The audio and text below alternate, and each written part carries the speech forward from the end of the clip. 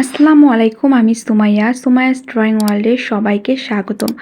আমি এখানে অনেক সহজভাবে সকল ড্রয়িং শেয়ার করার চেষ্টা করি।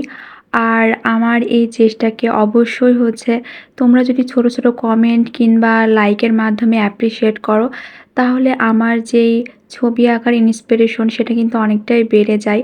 যদি আমার ভিডিওগুলো তোমাদের ভালো লাগে অবশ্যই লাইক, কমেন্ট, শেয়ার করে পাশেই থেকো। যাই হোক, আজকে আমি একটা ছোট্ট বাচ্চা মেয়ের ড্রয়িং শেয়ার করছি। এর জন্য প্রথমেই কিন্তু এরকম দাগ কেটে উঁচু নিচু করে নিব। এর কারণে যে উপরের চুলের পার্টটা সেটা করতে কিন্তু খুব সুবিধা হয় এবং খুব সহজে মুখের আদলটা করে নেওয়া যায়। এরপর আমি এই পাশের একটা পাশ দিয়ে ইউ শেপ করে নিয়েছি এবং একটা কানের শেপ দিয়েছি। আর অপর সাইড থেকেও কিন্তু আমি ইউ শেপ করে নিব। আর যেখান থেকে আমি চুলের সাইড থেকে শুরু করেছি ড্রয়িং, সেখানে কিন্তু একটু বাঁকা রেখেছিলাম। আর সেখানেও কিন্তু আমি কানের আরেকটা যেই সাইড সেটা করে নিয়েছি।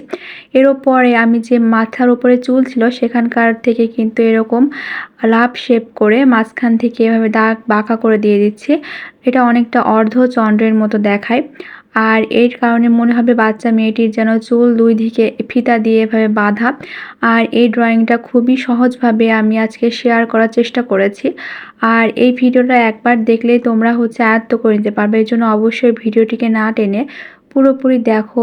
আর আমি আশা করছি তোমরা একবার দেখলে হয়তো পারবা। তারপর আমি যে চোখের আইব্রো সেটা কিন্তু আঁকিয়ে নিচ্ছি। প্রথমে আমি একটা হালকা করে দাগ দিয়ে নিয়ে পরে সেটাকে ডার্ক করে নিয়েছি।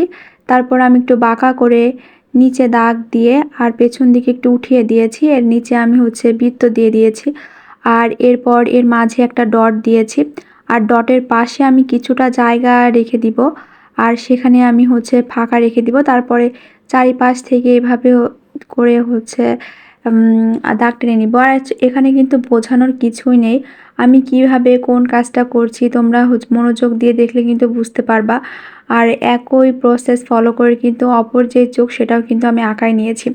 এরপর আমি উপরের দিকে থেকে নিচ দিক পর্যন্ত একটা মুখ আঁকায় নিয়েছি। এরপর আমি লাভ শেপের মতো করে ঠোঁট আঁকায় নিয়ে পাশের দিকে একটা দাগ দিয়ে দিয়েছি আর নিচে আরেকটা গোল শেপ দিয়ে দিয়েছি যেন দেখতে হাসি মুখ লাগে।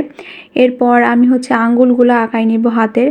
তো এই জন্য প্রথমে এইরকম গোল গোল করে কিন্তু করলে খুব সহজেই এই মেয়েটার যে ড্রয়িংটা করছি এটার যে হাত সেটা কিন্তু খুবই সহজে করা যায়। আর তারপর আমি এরকম বাঁকা বাঁকা করে দিচ্ছি যেন এর যে পুরোটা হাতেরটাকে অনেকটা রিয়েলিস্টিক মনে হয়। তারপর আমি এই দিক থেকে আবার আরেকটা যে হাত সেটাও কিন্তু আঁকায় নিচ্ছি সেম প্রসেস ফলো করে। আর তারপর আমি হাতের ওই পাশ থেকে কিন্তু যে গলার সঙ্গে কিন্তু আমি কানেক্ট করে দিয়েছি। এরপর আমি নিচের দিকে থেকে এরকম অর্ধবৃত্তের মতো করে আঁকিয়ে নেব। আর তারপর পা আঁকানোর জন্য এরকম আবার ছোট ছোট করে গোল গোল করে নিব। আর এরপর আবার নিচের দিকেও যেই পাটা আছে সেটার জন্য কিন্তু আমি দাগ টেনে নিয়েছি।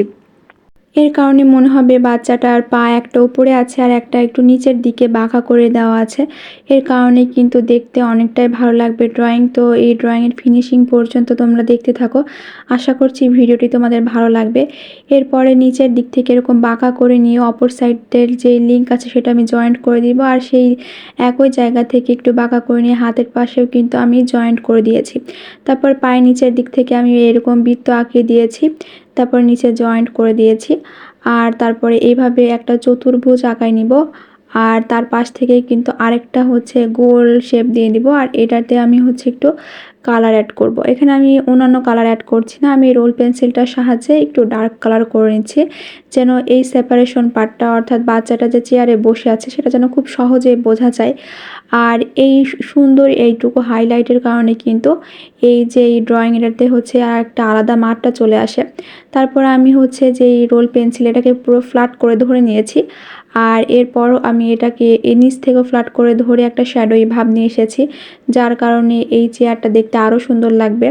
তারপরে আমি যেই চুলের ফিতাটা ব্যবহার করেছি সেখানে কিন্তু আমি এভাবে বাঁকা করে ধরে যেই শ্যাডো ভাব সেটা নিয়ে আসছি। তবে নিচের শ্যাডো ভাবের থেকে এটা একটু ডিপ হবে। আর এই সময় আমি বারবারই একটা কথা সবাইকে বলার চেষ্টা করি। আর তোমরা এর আগে যারা আমার ভিডিও দেখেছো তারা তো জানোই যে এই সময় অবশ্যই এই রোল পেন্সিলটাকে বাঁকা করে ধরতে হবে। তাহলে রোল পেন্সিলের ওপর প্রেশার কম পড়বে। যাই হোক, বলতে বলতে কিন্তু আমার ড্রয়িংটা শেষের দিকে। আমার ড্রয়িংটা কেমন লাগলো অবশ্যই আমাকে কমেন্ট সেকশনে জানিও।